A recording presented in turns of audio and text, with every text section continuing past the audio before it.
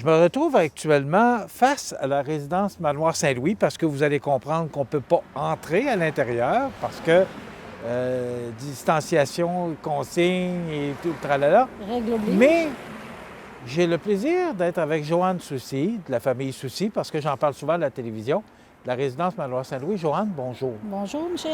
Comment ça va? Ça va bien? Ça va Je suis bien? content de te l'entendre dire. On va se dire dessus parce qu'on se connaît quand même très bien. Là. Oui. Je suis content de te l'entendre dire. Comment ça se passe à l'intérieur dans la résidence avec nos personnes âgées? Ça se passe très bien. Tous nos résidents, ils font ce qu'ils ont à faire. Hein? Les règles obligent depuis le mois de mars. C'est pas toujours évident. Mais tout le monde respecte les consignes. Nous, on a mis toutes les mesures en place aussi. Je fais à la blague, on a mis une petite douane à la porte parce qu'il n'y a plus personne qui doit rentrer. Puis ceux qui rentrent, c'est des personnes qui viennent donner des soins, la coop de service et le CLSC. Donc, eux, ils peuvent rentrer, mais ils ne peuvent pas passer sans se nettoyer les mains désinfectées. Ils ont leur masque aussi obligatoire. Fait que on suit les consignes, ça va bien, on n'a pas de cas. On espère qu'on n'en aura pas non plus, mais je pense que si on continue de bien respecter nos règles comme on fait présentement, je pense que ça devrait bien aller. Oui, c'est cette phrase-là qu'on ne peut pas oublier. Non. Le moral des gens, comment... Parce que c'est quand même des gens qui restent ici depuis des années. Là. Oui. Le moral est comment? Bien, le moral, c'est quand même pas si pire, je dirais. C'est sûr qu'au début, c'était plus... tu sais, avec les restrictions de ne pas sortir, pas avoir de visite, c'est sûr que les seuls visages qu'ils voient, c'est nous autres ou les gens des soins. Mais on essaye de leur mettre de la vie. Moi, je sais que je suis là une journée semaine, puis comme je lui dis toujours, je viens faire le clown de temps en temps. Mais en général, ça se passe bien parce qu'ils ont tous le téléphone, donc ils peuvent parler à leur famille, même s'ils ne les voient pas tout le temps, au moins ils ont un contact extérieur. Puis c'est sûr que tous nos employés sont là, sont fidèles, puis eux autres aussi, ils amènent de la joie un peu dans leur vie, là, malgré tout. Puis ce qu'on a fait aussi, on a une page Facebook. Puis je donne le mérite à ma nièce parce que c'est elle qui fait des FaceTime avec nos résidents. Fait que... Bon, ça, je tenais à en parler parce que je l'ai vu, moi, sur Facebook, particulièrement la fête de Pâques. Oui. Bon, fête de Pâques, malheureusement, là, nos personnes âgées ne pouvaient pas voir personne puis recevoir personne. Non. Vous avez organisé une séance, je ne sais pas trop comment, là, mais les gens pouvaient voir leurs parents, leurs enfants, leurs petits-enfants sur FaceTime. Oui. Explique-nous comment ça s'est passé. Bien, c'est ça. C'est que c'est Audrey qui a géré pas mal ça. Fait qu'elle prenait des rendez-vous avec les familles pour être certain que tout le monde ne soit pas en même temps non plus. Puis à chaque personne qui prenait le rendez-vous, elle allait dans leur chambre, elle prenait son ordinateur, puis elle faisait le FaceTime avec les familles.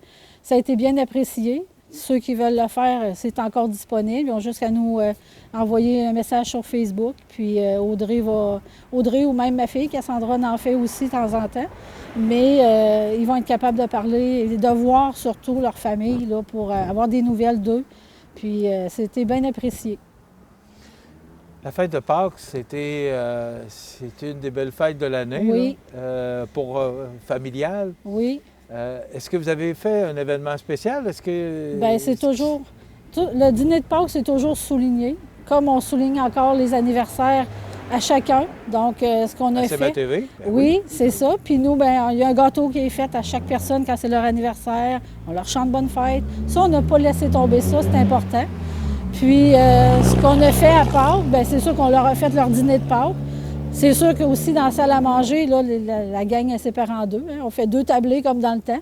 Mais ils ont eu la même chose à chaque tablé. On leur a donné leur coco de Pâques, comme on fait tous les ans. Puis on leur a fait aussi un petit coucou pour le temps des sucres, parce que ça aussi, on avait l'habitude de leur faire un dîner cabane à sucre, mais là, ça a été un peu différent cette année. Mais on a souligné le temps des sucres, puis après, aux prochaines fêtes, on va faire la même chose. La fête des mères s'en vient. Fait qu'on va souligner aussi la fête des mères différemment, mais selon le confinement, on n'a pas le choix aussi d'aller. C'est différent de toute façon. Tout ce qui va se passer après ne sera plus comme avant non plus. Hein. Ouais.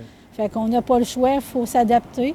Mais en général, les gens sont contents de voir qu'on les a pris en charge, puis c'est comme tous nos grands-parents. Fait qu'on prend soin d'eux autres, puis on va continuer de le faire, puis...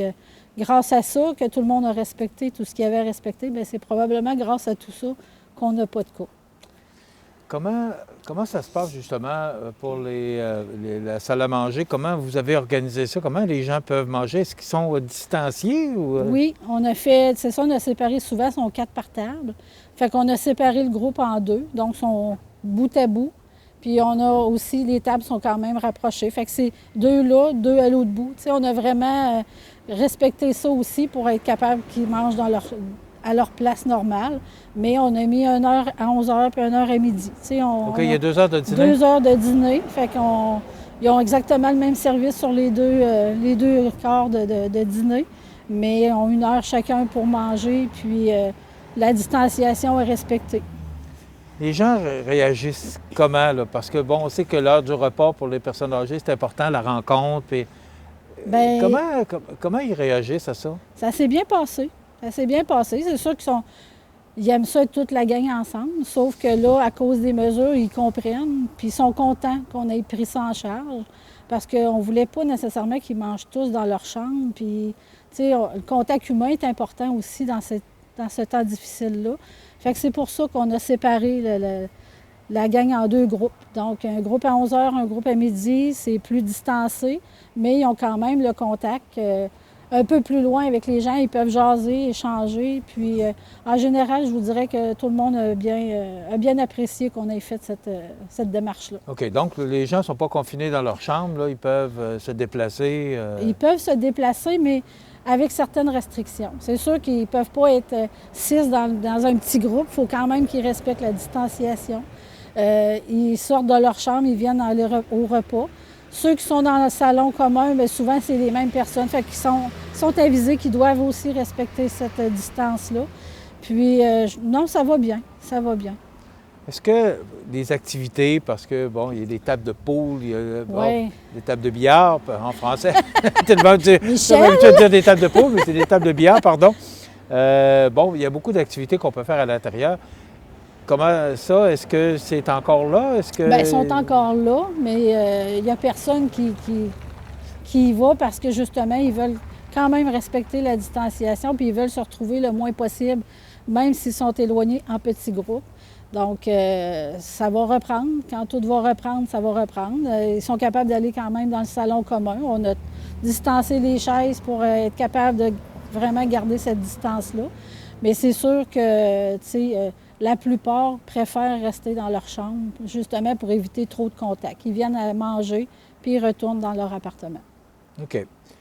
Qu'est-ce que la journée d'une personne âgée qui ne peut pas rien faire, ne peut pas sortir, ne peut pas aller marcher, ne peut pas faire d'activité, ils font quoi durant toute la journée, Joanne? Bien, il y en a qui font du bricolage. Audrey, elle les a fait imprimer des ça va bien avec les arcs-en-ciel. On leur a fourni des crayons. Fait qu'il y en a qui prennent le temps de les dessiner, ils nous les redonnent, on les colle dans nos fenêtres. D'autres font du bricolage qu'ils faisaient déjà avant, ils ont continué. Ils en font un peu plus qu'avant, c'est tout. Mais ça se passe bien, là. Je veux dire, ils viennent manger, ils retournent dans leur chambre, ils bricolent. D'autres tricotent. Tu sais, ils font beaucoup de choses manuelles. Puis non, je pense qu'à date, il n'y a pas... Oui, ils trouvent ça plate, là, parce qu'ils ne voient pas de monde puis ils ne peuvent pas nécessairement sortir. Mais là, il fait beau. On va prendre des mesures pour qu'ils puissent aller dehors, là, sous supervision.